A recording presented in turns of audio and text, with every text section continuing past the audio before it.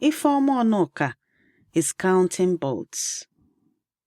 11 years in Madina Market, a sprawling spare parts district north of Accra, Ghana, where Twi and Igbo meet at the counter every morning.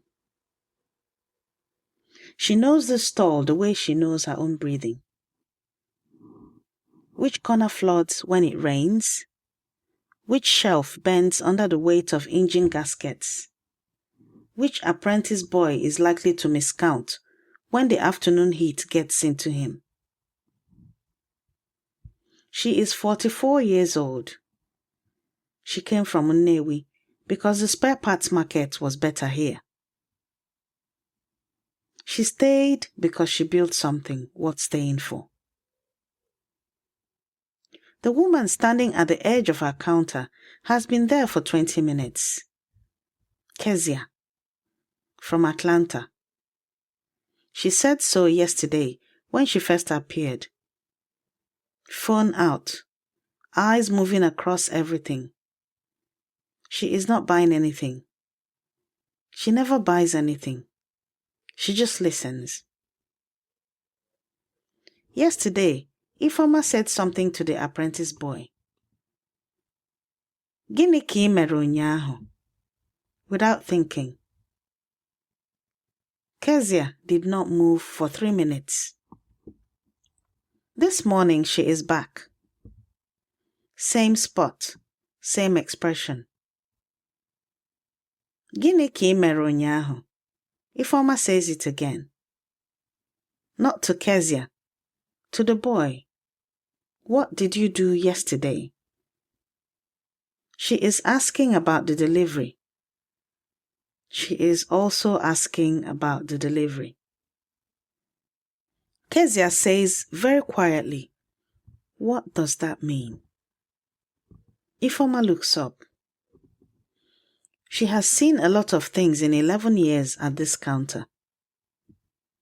She has not seen this before. A grown woman looking at her like she recognizes a door she has been standing in front of for a very long time. It means, Ifeoma says, "What did you do yesterday?"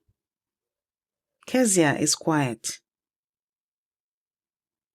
Then she takes something from her bag. A photograph of a document. A slave manifest. South Carolina, 1803. A woman's name lost. Her age recorded. And one word beside it, handwritten in faded colonial English. Igbo. Ndewo. No. I am Yvonne Choma Mbanefo, heritage futurist and daughter of the soil. Welcome to Igbo Daily Drops, episode 96, week 20, day 1, Monday. Today, the past tense as a form of remembrance.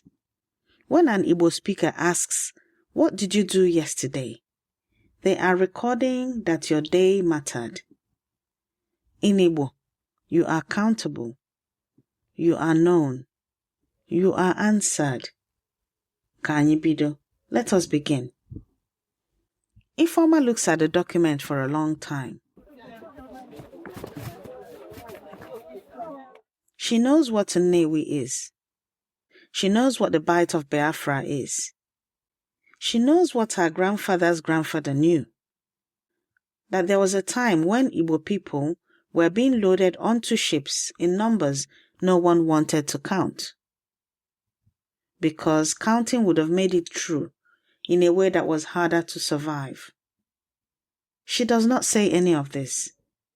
She says, "Your great-great-grandmother spoke this language." She says it like it is a simple fact about inventory. Because in Nnewi, that is how you hold things that could break you. You state them plainly and you keep working.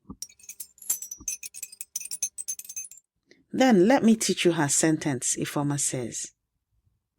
Today, 3 sentences. The language that crossed the Atlantic and waited 220 years to be spoken again. Repeat after me. Sentence 1. Gịnị ka ị mere ụnyaahụ?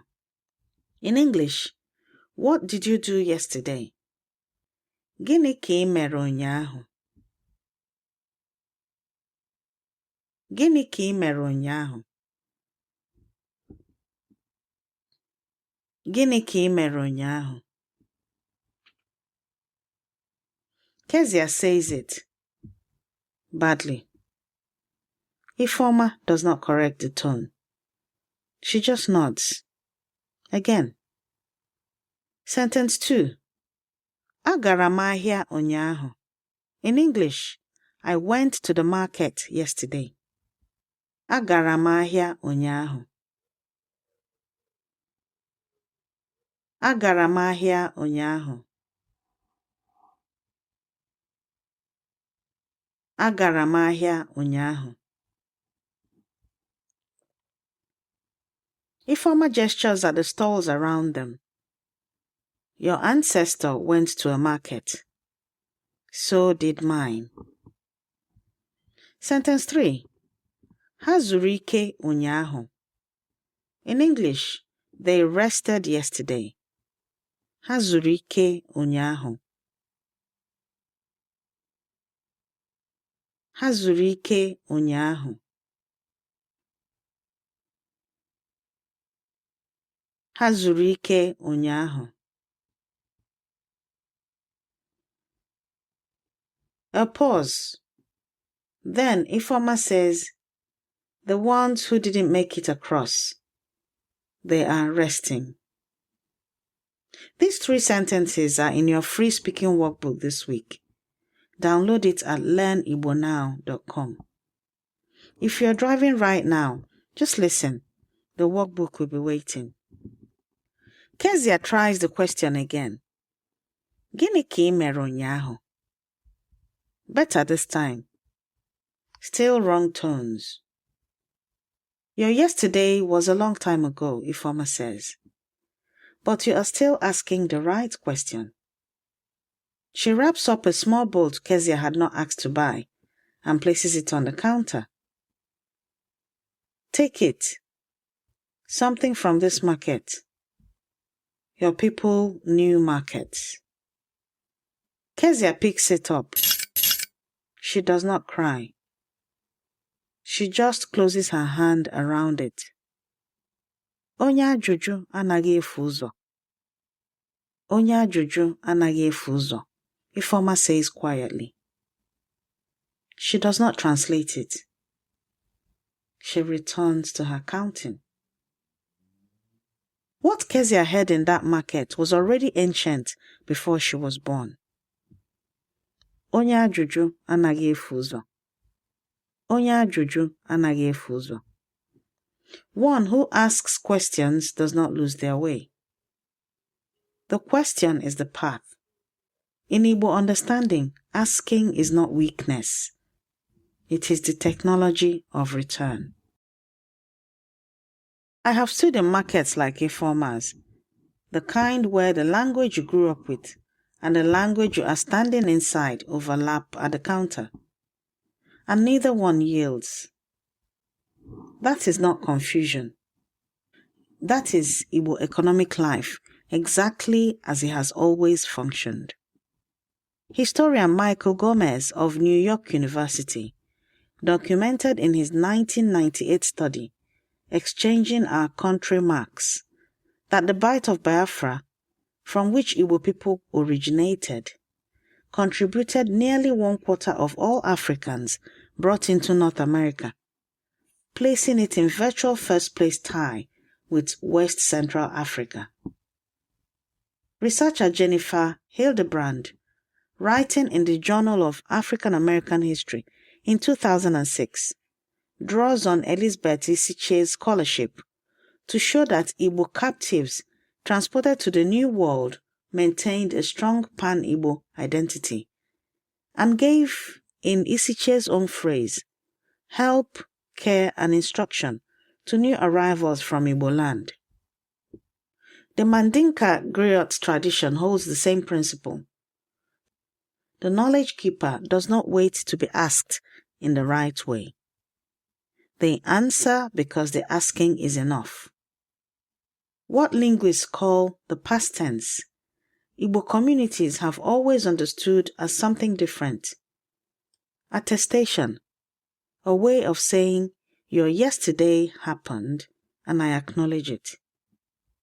The colonial manifest made Kezia's ancestor a number. The Igbo past tense would have made her a person with a yesterday worth asking about. If you want to ask, Gịnị ka ị mere ụnyaahụ? With other families, with your children, the Igbo village-speaking gym will soon be open.